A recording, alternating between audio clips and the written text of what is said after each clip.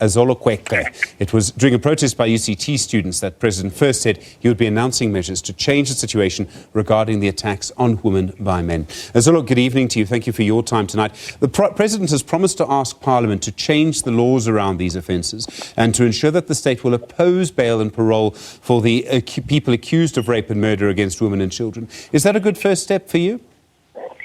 Thank you so much for having me.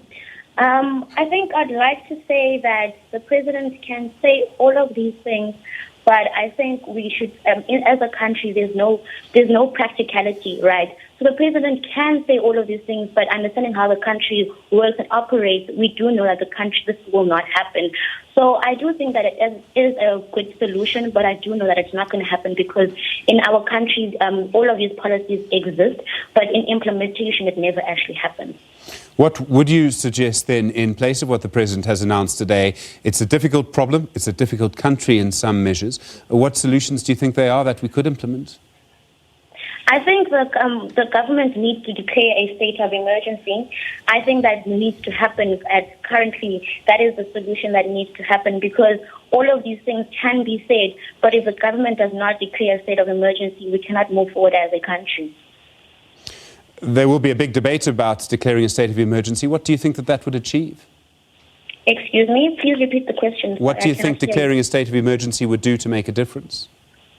Declaring a state of emergency will ensure that the country recognizes that we actually are in a state. It will ensure that we recognize that women are dying at the hands of men every hour in this country. And if the state of emergency is not declared, we will not recognize. Because what will happen now is that we'll have all of this conversation and all of the anger will be brewing up. And next week will continue as normal, but then women will continue dying. President Ramaphosa said tonight that this violence against women by men is man's problem. In other words, it's about men who need to change their behaviour. This is something that people have been talking about for a very long time. Do you think today could be, or tonight could be a first step in that? Or do you think the President hasn't made any progress in that regard? No, that definitely is a first step in what the President said. Definitely is a step in the right direction. But I also think in saying that men have to have a conversation and men have to address the situation themselves.